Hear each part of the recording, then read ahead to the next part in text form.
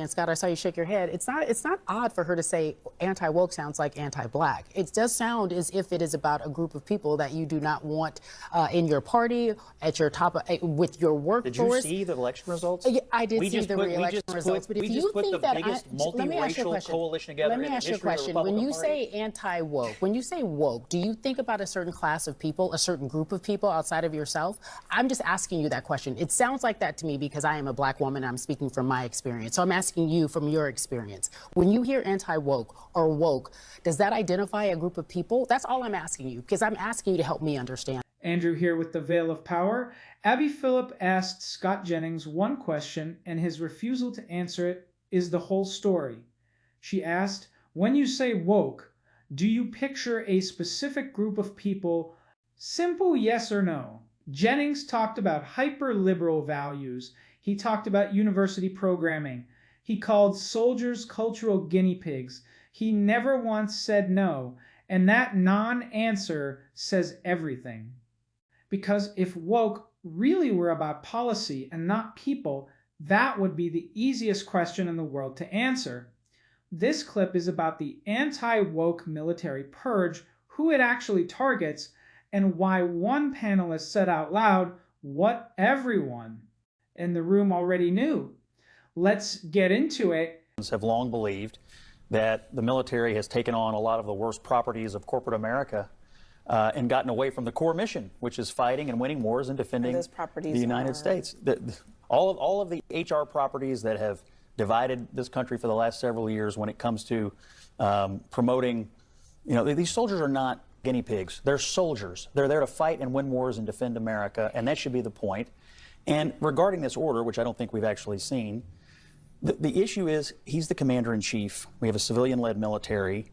The generals at the top of the military do need to have the capacity to execute our defense policy and his vision for how we defend this nation. And if they can't do that, then that's a problem. And they should not be trying to substitute their own judgment. So there is some, I think, utility in the commander-in-chief reviewing the people at the top of the military and saying, can we work together? I don't think there's anything wrong with that. I didn't really hear an answer to my question. Yeah. But go ahead, Nicole. Our military has long been woke. For instance, the military was the first institution in the United States to integrate.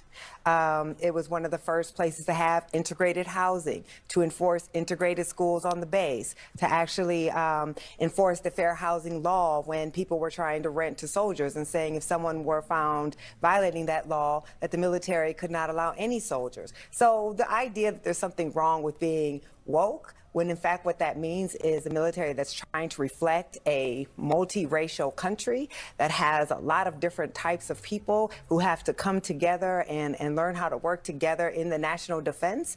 Actually, racial polarization is bad for military strength, and it's been used against this country many times by our adversaries, including in recent elections. So I think this idea that we can purge woke from the military is actually ahistoric, and I also think it's dangerous, because while he's saying he's going to purge woke, what he really wants is to purge any generals who might actually stop him from using the military against the American people and in ways that the military is not supposed to be used. Such as by woke. You're talking about racial integration, and I think that makes sense. But is that what you define woke as? I'm curious. Well, I was referring to the criticism to what he of said. General Milley. I think what President Trump and what a lot of Republicans are fearful of is that the core mission of the military, to fight wars and to defend the country, sometimes takes a back seat to trying to overlay social and cultural programming into the military that is commonly found at universities, commonly found in corporate America. Where's the evidence? And maybe it's fine for that. That's the question. But that's what he resists in the federal bureaucracy, specifically in the military. Is there some truth? We're using that term as woke for himself. What are the woke policies that are used? That's the question. Are you referring to DEI? What are the policies? Yeah, I would say he would specifically name DEI. And how has that harmed? How is that harmful? The military prowess. Name something specific. I think he would probably say, I mean, I don't speak for him, but I think he would probably say that any policy that doesn't prioritize getting the military into a position to fight wars and defend America, anything else that's ancillary to that, what does DEI have to do with that, or that may be detrimental to that, should be set aside. That's what he believes. So you have no actually specific TW, I know you want to examples. get in there. I just want to get more to a core issue, and I feel kind of foolish bringing up history sitting next to the esteemed Carl Bernstein. Arthur Right. and Truman. Absolutely. Certainly. And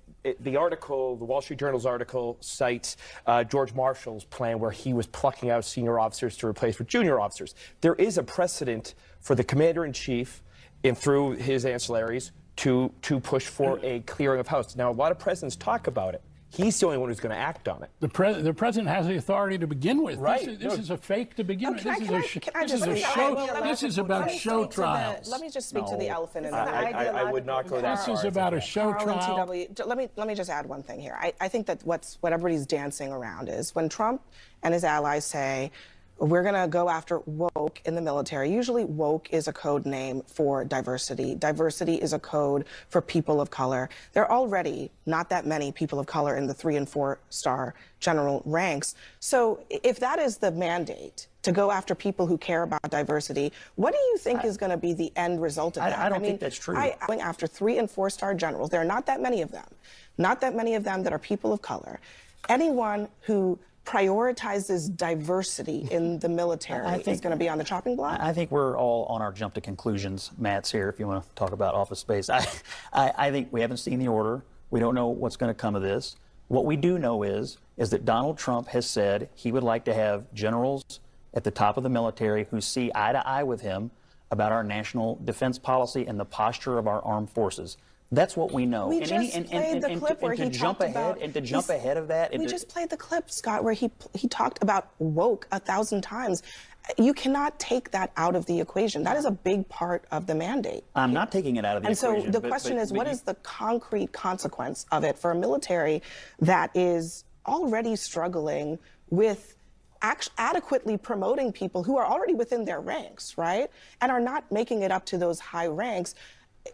My assumption is that the consequence will be that the generals who want to execute on the commander-in-chief's vision will be just fine, and the people who just can't see eye to eye with the concept of a civilian military won't. That's my view. Military, if you are not waving a Donald Trump flag, correct, to make an example of him. Now, I don't know that that's the case, but he is someone C.Q. Brown, who indeed has spoken about his experience as a black aviator. Yeah. And apparently this has pissed off the former president of the United States. And one of the other reasons has remarked on it. We wanted to talk about this is because, I mean, obviously in the postmortems of this election, Nicole, there's a lot of conversation even among Democrats about whether the message, the anti-woke message worked and was the main vehicle, actually, to bring Trump back to the White House, convincing I think he did about as well with white voters this time as he did the last time, but convincing actually more voters of color, particularly Hispanic men and women, to vote for him. The vote on economic anxiety. Now it's changed to this being a vote, an anti-woke vote, which we can't even define what that means. Correct. When I hear anti-woke, I hear anti-black. That's all I hear. And we should also posted about earlier this week is that Latino is not a racial group.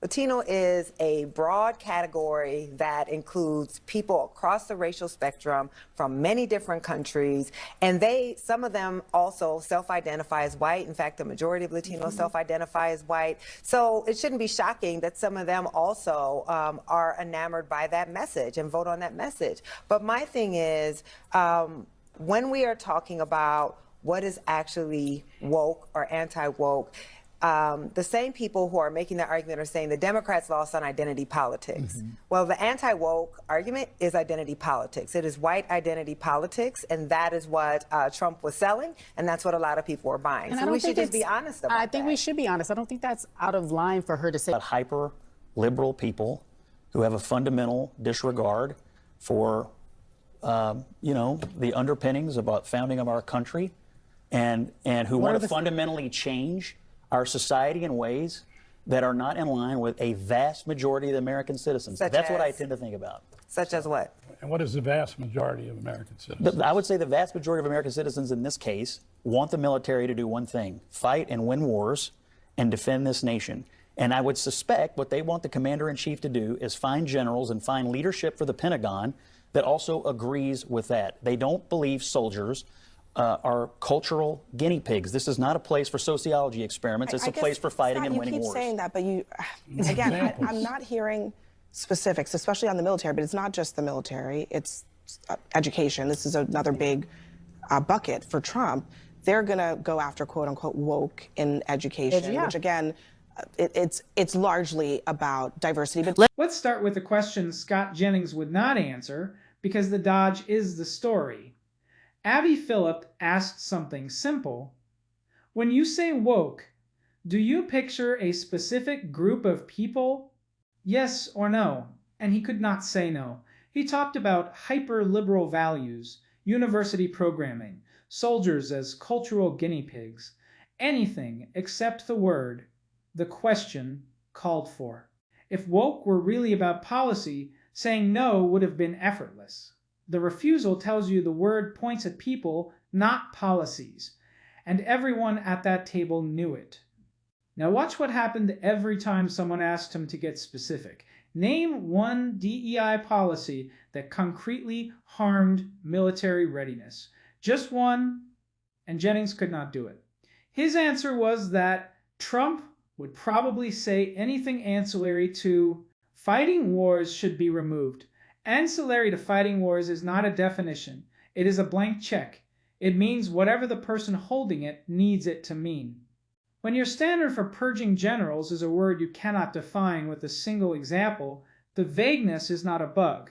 It is the point, because a vague standard can be pointed at anyone. And here is the history that detonates the framing, and it is not up for debate. The United States military desegregated in 1948 under Truman, years before the rest of the country.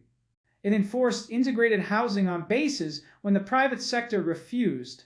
It applied fair housing laws against landlords who would not rent to black soldiers. It built a multiracial fighting force on purpose.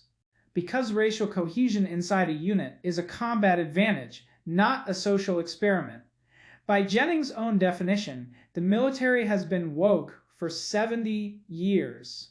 Calling that a problem means either not knowing the history or counting on you not to know it. Now, the purge itself, because the math tells you where this goes. People of color are already severely underrepresented at the 3- and 4-star general level. So if the standard for removal is anyone who prioritizes diversity, meaning anyone who supports the integration this military has run for decades, the outcome is not a mystery. Black and Hispanic officers do not get evaluated on strategic skill. They get removed because their path up required a program. Programs get labeled woke, and woke is what is being purged. Name a target, and the machinery does the rest. And that machinery is not new. It is the same logic applied to Kamala Harris, dismissed as a diversity hire rather than judged on record. The same logic aimed at the judge in Trump's fraud case, whose heritage was treated as disqualifying. So the target changes, the structure never does. You take a qualified person, point at the program that helped them advance, and use it as proof they did not earn it. A machine for erasing accomplishment, the same way every time. Then one panelist said the quiet part plainly. The anti-woke platform is itself identity politics, white identity politics. The same people who say Democrats lost by playing identity politics built an entire winning message around identity politics of their own. It is not the absence of identity politics, it is identity politics in a costume, mobilizing voters around opposition to the presence of other groups rather than any concrete agenda. And Trump gaining ground with some Hispanic and black voters does not disprove that. It proves how effective the messaging is because it offers proximity to power in exchange for distance from your own community's interests. So bring it back to the question. Jennings would not answer. He was asked who he pictures when he hears the word woke, and he never said no. The military's own 70-year history says why. The likely purge list says why, and the panelist who called it anti-black said why before either even needed explaining.